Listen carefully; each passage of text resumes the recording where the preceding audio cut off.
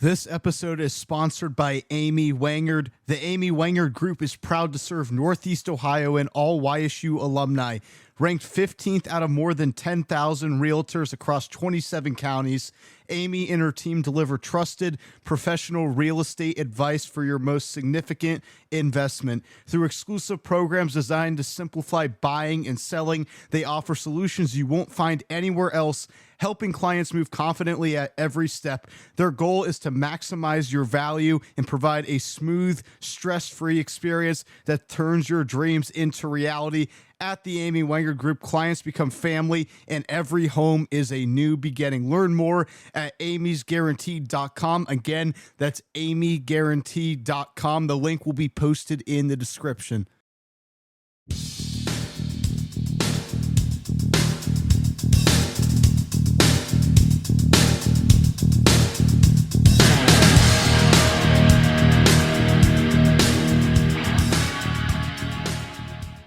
All right, welcome in, ladies and gentlemen, to another episode of the Penguin Nation Fans Podcast. As always, I am your host, Gino Leone. You can follow me on Twitter and Instagram at Whitetown Nation, and don't forget to check out my written work over on Redshirt Sports Today. The Penguin Pulse Hotline is back once again, and this time we're getting into a topic that I released on Twitter. I asked you guys on Instagram and on Twitter if you guys thought that YSU would win 8+ games in 2026. So today I'm going to be breaking down the entire 2026 schedule for YSU, looking at an early over-under line that I have set based on looking at the schedule and where I think this YSU team stacks up talent-wise. And then I'm going to, at the end of the episode, give an early record projection. This is by no means my final prediction, as there's 3 more months for me to preview these teams and get into every team in the conference. So my prediction could change, but I think it's a good starting point to really get my thoughts out on paper, get into each individual matchup that YSU has next season, and sort of give you guys my thoughts on where I'm at this point in the offseason. So we'll go game by game. We'll start with the non-conference slate. Then we'll move into conference play in the MVFC. And the early over-under that I have set for this episode is 8.5 wins. I think that's a very intriguing line, in my opinion, because that's saying YSU is either going to win 8 games or they're going to win 9 games. And that's a tricky line because YSU has a money game at Kentucky. You're probably not going to win that game. On the road at South Dakota State, that's a difficult test. That might be one you drop. And then in a competitive Missouri Valley, it's very difficult to go 6-2 in the conference. Plus, on top of that, YSU plays just 11 games. If you remember, Sacramento State dropped us, so we added that extra bye week. I'll talk about that bye week. It's sort of in a unique position at this point in the offseason. But there is a lot of things to be excited about. We get a revenge game against Duquesne, which just sounds absolutely ridiculous because Duquesne should never have upset us in 2024. But that happened, so I guess for the players that are returning, I know Bo Brungard was part of that team. A lot of players, Mike Wells, those guys probably didn't forget about that. Doug Phillips certainly did not forget about that. That money game versus Kentucky, I'm sort of excited to see how we measure up versus an SEC program. I was very encouraged and pleased with how we played against Michigan State last season. And I think this season we could give Kentucky a scare. All the factors that go into that matchup, I'll break it down. That road trip to Brookings is brutal. That's a place I broke down in my matchup preview. We have not won in Brookings, South Dakota since 2014. It's a night game. That's a difficult environment, an early road test. But as I'm going to talk about when I dive into that matchup, I'd probably rather play them in Brookings earlier in the season when they're still trying to figure things out rather than playing them late in the season when they're clicking on all cylinders. And then there's a massive late season matchup against North Dakota. I just finished up writing my matchup preview, or not matchup preview, excuse me, my season preview for North Dakota. I think they're going to be at least a top 4 team in the conference. I think their defense could be outstanding. Lance Rucker is a fun edge rusher back for them. Their starting quarterback returns. They have a lot of talent and experience in the trenches. I think at home, getting that game at home first off is huge, because YSU struggles a lot to play on the road in domes, right? Northern Iowa is another team that we get home that we struggle a lot to play on the road. So that's massive. So without further ado, let's first start with this non-conference schedule breakdown. And we open with Mercyhurst again for the second consecutive season. That game is on Thursday, August 27th at 6 p.m. Or a Thursday night opener. Always love that we open like that for the most part. And this matchup is an interesting storyline because Mercyhurst head coach Ryan Riemedio is now leading YSU's defense. So for the second straight season, the Penguins are facing a team that has strong ties to a former coach. It sort of reminds me a bit of that matchup last season when we played Robert Morris, when former YSU offensive coordinator Troy Rothenbuehler faced the Penguins. But I'm confident heading into this matchup. I know Mercyhurst was able to compete with us last season. It was probably closer than we would have liked to see, but we had a very conservative offensive game plan in that matchup, and I feel like Mercyhurst was able to throw the ball all over us last season with that quarterback they had. I don't believe he's back, because that kid torched us. He also was successful against other big time schools in the FCS. But this is going to be the first real look at Ryan Remedio's new 3-4 defensive scheme in a game setting. And week 1 games are always tricky and sometimes sloppy. I remember last season when YSU had that close win against Mercyhurst, a ton of people in the YSU community overreacted to that game.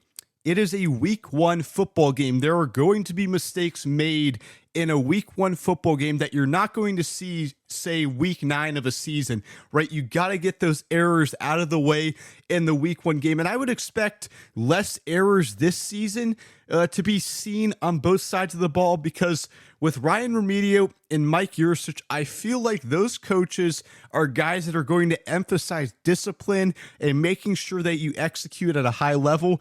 Last season, I feel like one side of the ball executed and was able to limit penalties, but regardless, you're still going to have some errors on both sides of the ball along with special teams. And that transition to Ryan Remedio's new 3-4 defensive scheme is really going to be the big storyline here. How does it look going up against a different team, right? They've been training, going against what we believe to be one of the better offenses in the FCS. How does that 3-4 defensive scheme actually match up against someone else? And that familiarity that Ryan Riemedio is going to have with Mercyhurst, I think, plays into our hands in this matchup. And communication, gap discipline, that's all the little fundamental details that YSU is going to focus on in this matchup. And I'm really excited to see, again, how does Ryan Riemedio adjust in game? What does that process look like? This is a good test for the 3-4 defense to open the season. On offense, I want to see Mike Yursich let Bo Brungard throw the football more. Last season, I felt like we ran Bo Brungard a lot, and it sort of makes sense looking back at all the blocking schemes that we had to establish with Bo Brungard's legs.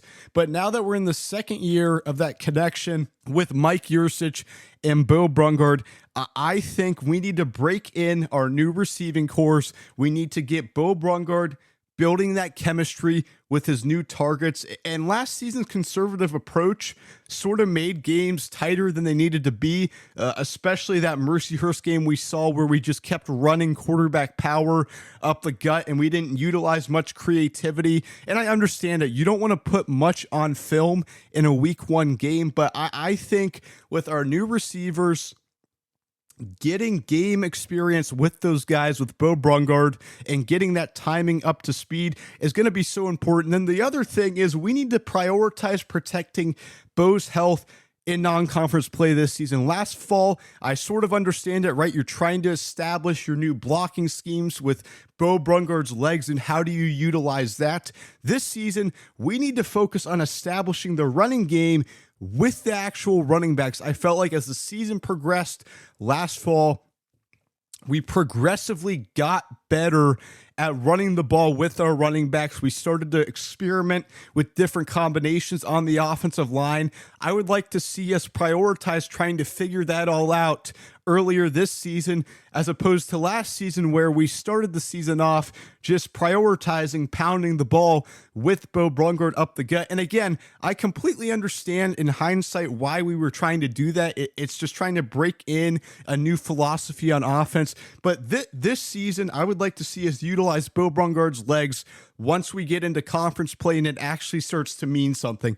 So overall thoughts on this game: YSU should win this game confidently. It's not going to look perfect in week one. It's going to be sloppy, but I believe this will be a solid opening win for YSU. The second week of the season is a super exciting matchup as YSU heads to Kentucky in our guarantee bye game on September 5th. The time is still to be decided here, but this is one of the more exciting games on the schedule. YSU competed extremely well with Michigan State last season. I felt like last season physically we were able to set some edges against a Big Ten defensive front and a Big Ten offensive front. I think fans should expect another competitive effort against Kentucky, but to actually scare Kentucky and have a chance of upsetting an SEC program, the offense has to be efficient.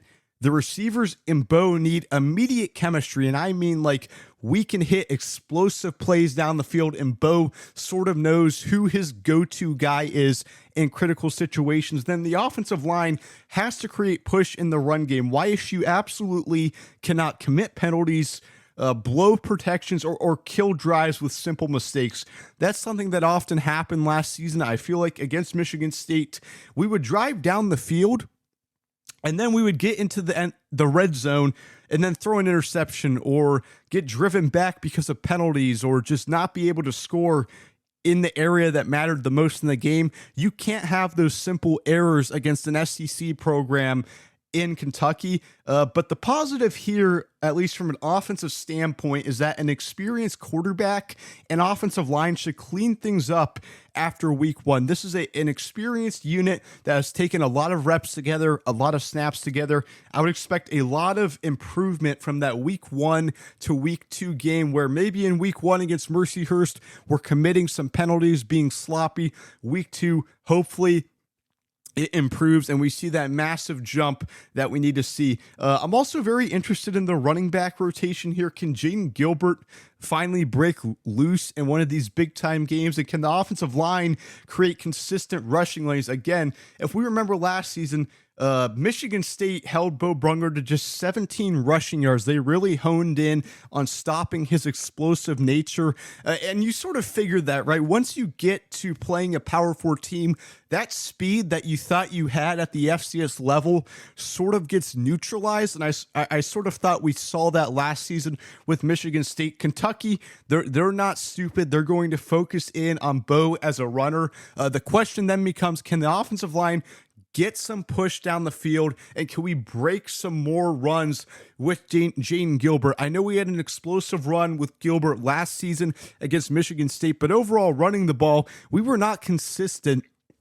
And that at times became an issue because we would have some tough third down situations where if you're running the ball at least somewhat consistency and getting to around 120 plus rushing yards, I think then we could have a different conversation of if YSU is actually able to pull off the upset against Kentucky. The new 3-4 defense is going to be under a microscope against an SEC program. Against Michigan State, YSU struggled badly with perimeter speed, and I think Riemedio's scheme in this situation especially has to help the secondary with leverage and positioning. Winning at the line of scrimmage is obviously huge against an SEC program, but I think we have the talent and depth up front to do so. We saw that against Michigan State when our defensive line was able to get penetration, but we have to make sure that our players in the secondary are in good positioning to be successful. I feel like last season we sort of didn't do a great job of giving our guys the proper leverage. Right, we're going to be at a disadvantage versus SEC speed on the perimeter. You're just not going to have a defensive back that is able to move, right on top of a wide receiver and stick with him all the way down the field. You have to put your guys in good positions. And I think the 3-4 defense could help that. So I'm super excited to see how this game goes. I think some of the advantages that YSU have is that Kentucky may start slow since this is their season opener. Some of the mistakes that we had against Mercyhurst, we're going to play probably a cleaner game against Kentucky. Well, Kentucky, this is their first game, so they're going to make errors that they are not going to make later in the season. But beating an SEC program regardless takes near perfect execution. My prediction for this one is I would expect a competitive performance, probably similar to Michigan State,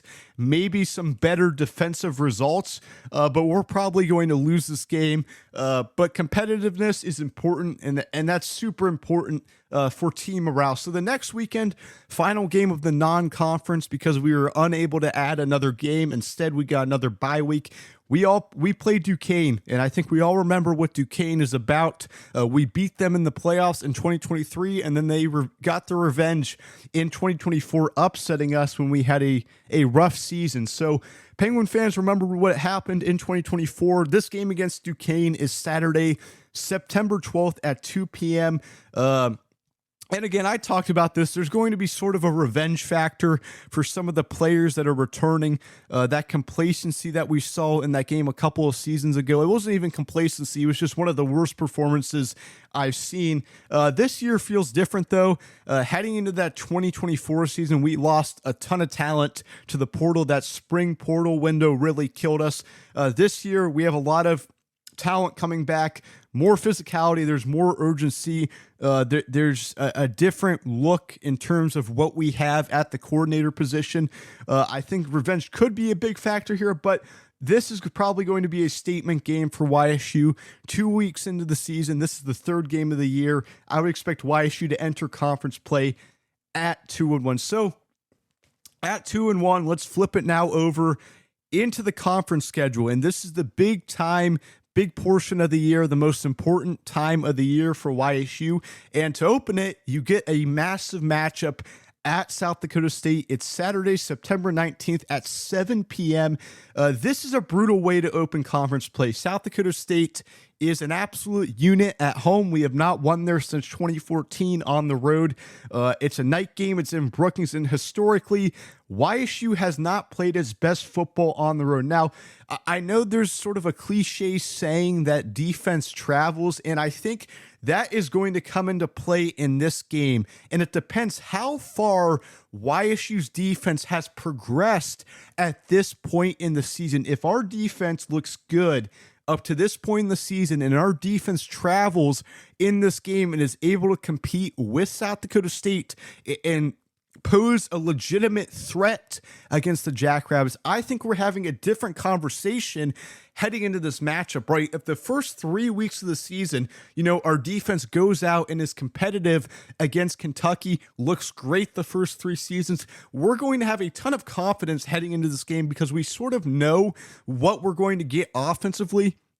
In terms of offensively and what we should be looking out for heading into this game, the first thing I'm worried about is how is that chemistry looking like between Bo Brungard and his receivers. I know last season it took a couple of weeks for that chemistry and that timing to really get established, and he still wasn't really able to build that connection with some of the transfers we brought in until later in the season. I remember Max Tomczak was really the entire wide receiver show last season until Flash Wilson finally started to emerge and we started to get that timing and that chemistry back. You need to have a go-to target in a big-time game like this. The things I'm not that concerned about is the fact that we have an experienced offensive line and an experienced quarterback. That helps tremendously in some massive road games.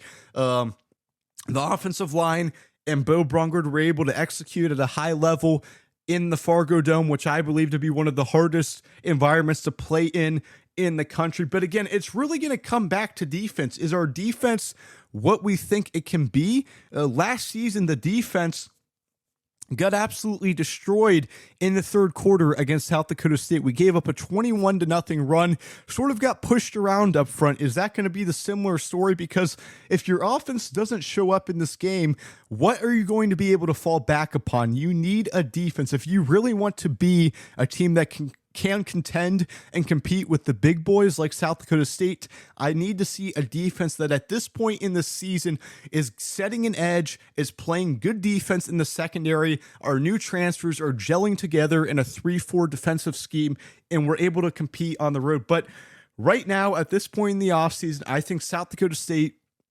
is going to be a national championship contender. I think they're an absolute juggernaut. We know what they have been and how much pride that program takes in their process. I think this could be a competitive game, but it's a very difficult environment. I think it could be a game that comes down to the wire, but we'll have to see what the defense looks like at this point in the season. The next week is home versus South Dakota State, and this is a game I like YSU to play in. It's Saturday, September 26th, at 2 p.m. I actually like this matchup for YSU.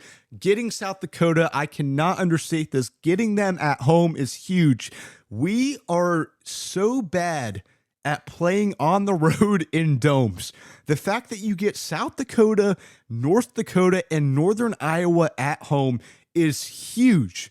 South Dakota is going to be a physical team. They're going to pride themselves on physicality. I know it's going to be an interesting year for them. They sort of lost a lot of production on the offensive line. They're in the stage of having to replace Aiden Bauman, their longtime quarterback. I know Charles Pierre Jr. is back at running back. Defensively, I think that's their expected strength. They have some guys coming back on the defensive line I'm super high on, and I'm excited to sort of see what South Dakota is made of. But at home, I would have a hard time seeing the Coyotes coming in here and beating YSU. I think this is a game that really measures where YSU is at this point in the season. How do you respond to a potential loss against South Dakota State? This is a slight edge at home to YSU, but we know the Missouri Valley, on any given week, you can lose any game. This is an important game for YSU, and I think you have to get this one at home, especially at this point.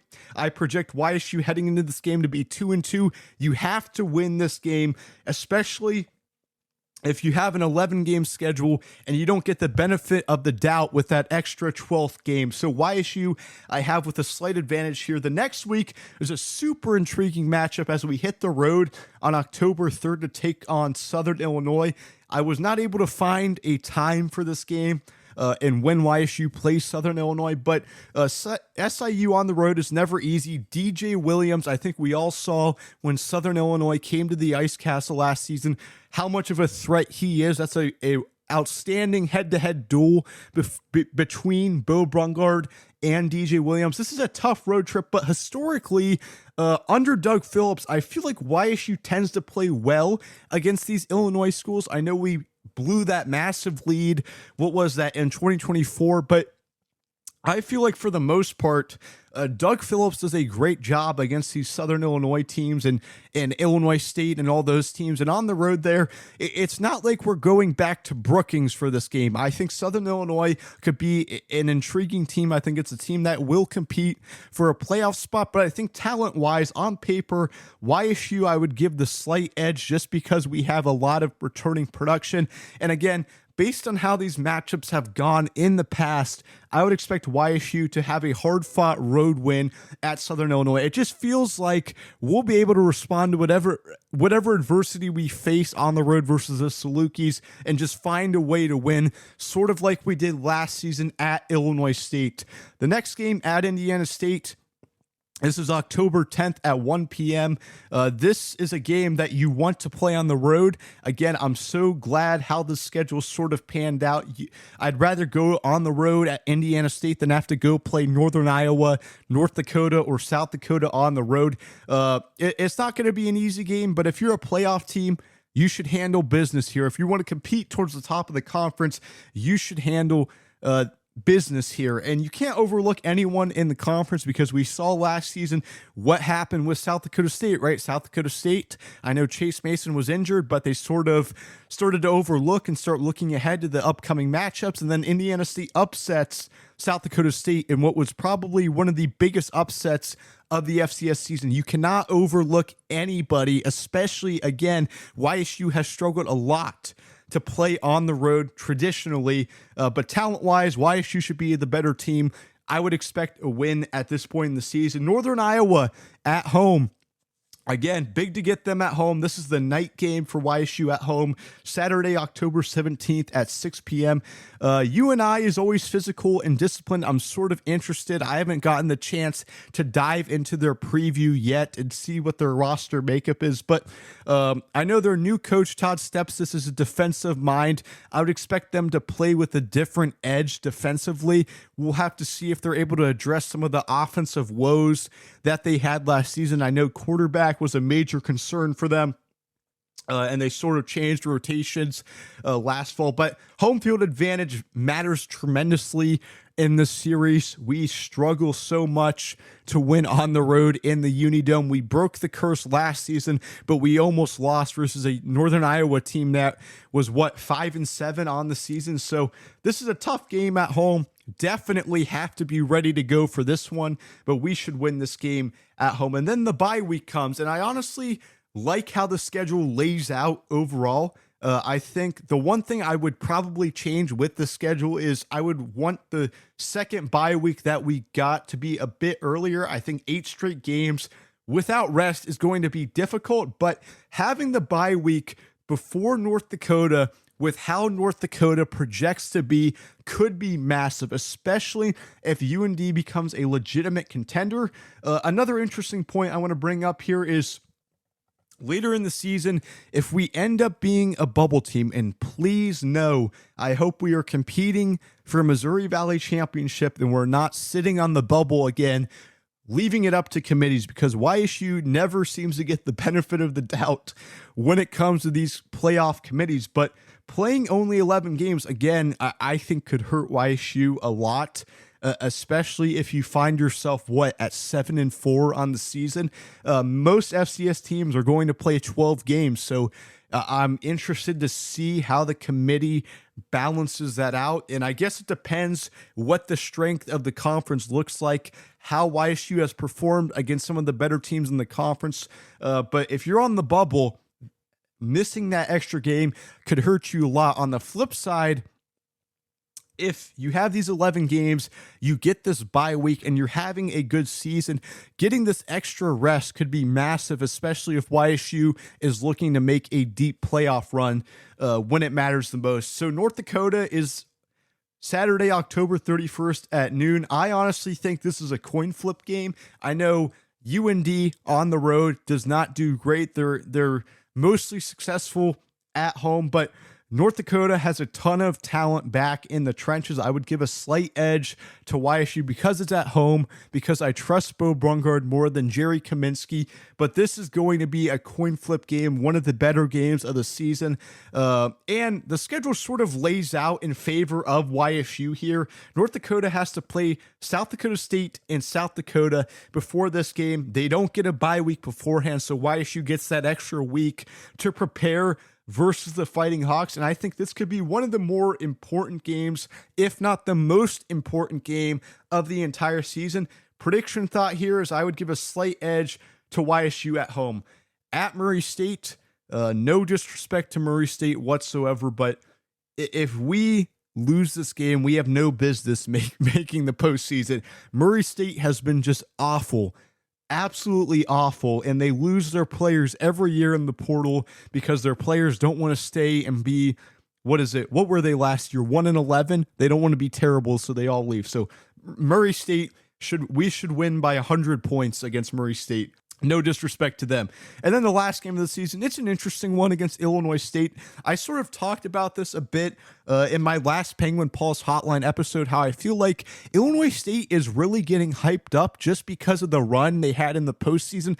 I don't think people remember that in the regular season, Illinois State was sort of an up and down team, right? That was a team that back in early in the season, almost lost to North Alabama, who did not have a good year.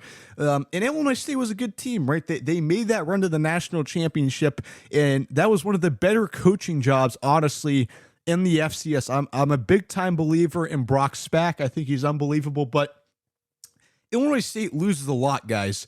To replace your starting quarterback in Tommy Rittenhouse, who was unbelievable, Daniel Sopkowitz, your top receiver, who also was just straight up phenomenal. That's not easy to replace. On top of that, their starting left tackle, Jake Pope, is no longer there. So that's a big trio to replace. I could see a world where Illinois State's new starter is efficient, but I just have a hard time believing that new starting quarterback is going to be as effective as what Tommy Rittenhouse was in a conference that returns so much experience and production at quarterback. You have Chase Mason, DJ Williams, Bo Brungard, Jerry Kaminsky. I think you need a quarterback in some of these close games.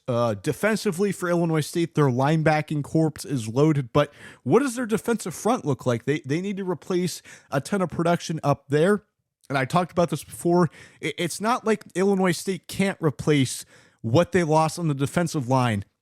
In the games I watched last season with Illinois State, the ones that I watched this offseason when previewing them, their defensive line was not honestly great during the regular season. They really did an awesome job in the playoffs. Coach Spack got those guys going against North Dakota State. They looked relentless against North Dakota State. But outside of Jake Anderson, I'm not going to pretend like Illinois State is not going to be able to replace what they lost on the defensive front. So they could be fine on the defensive line. They brought in a transfer from Indiana with legit size that I think could be really good.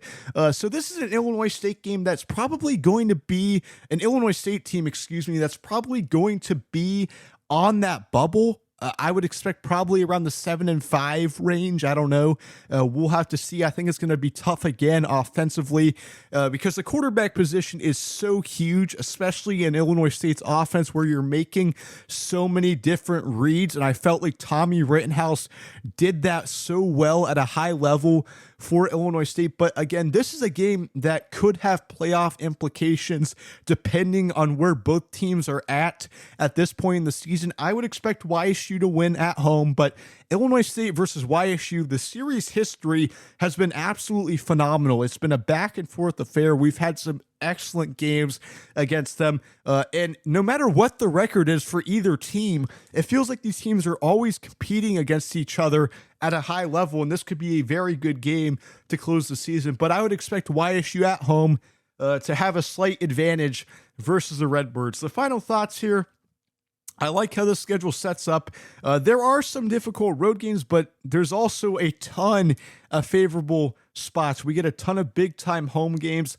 The biggest road test, if we're looking at the schedule here, is that South Dakota State game in Kentucky, and that's sort of how you want it to lay out because we are just a terrible team when it comes to playing in the Dome, so I sort of like how that schedule laid out. The biggest question entering 2026 is going to be on defense. How quickly can the defense adapt to the 3-4 scheme? Can the pass defense get better?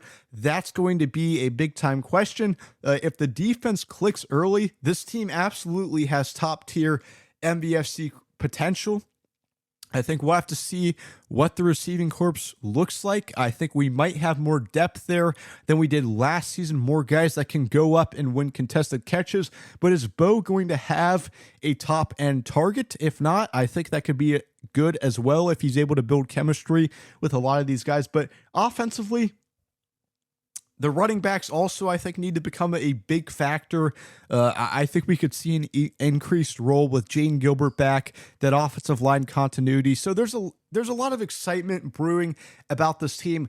If I had to make an early record projection, and again, this is far from final, I want to take a lot more time to sort of dive into these other teams, dive into YSU once again and see where we're at. But if I had to make an early projection, I would probably put us at 8-3 overall. I just have a hard time believing with how many good teams we play early in the season with Kentucky and South Dakota State. Those are games that are probably losses. I could be wrong about that South Dakota State game, but I have a hard time believing that after you get those two losses out of the way, that YSU goes unscathed through the rest of the conference. I just have a hard time believing that. That would basically be running the table after that South Dakota State loss. I'm not so sure that could happen in a conference that is usually pretty talented. The over-under here, I talked about this at the beginning of the episode, I would have at 8.5 wins. I think we're right on that cusp line. In terms of ceiling for this team, I think the ceiling is probably 9-2, just because you get that bye game against Kentucky. That's probably a loss. And I have a hard time seeing you in conference play not losing at least one game. So the conference is tough. It's always going to be tough, but this should be an exciting year for YSU. If we go 8-3 overall, we get that extra bye week to prepare for the playoffs as well. I think we could have a chance to make a legit run in the postseason. So that's going to do it for this edition of the Penguin Nation Fans Podcast. Thanks, everybody, for tuning in. Make sure to leave the show a 5-star review and continue to support the podcast on social media. For now, I'm Gino Leone, and as always, go Gwids.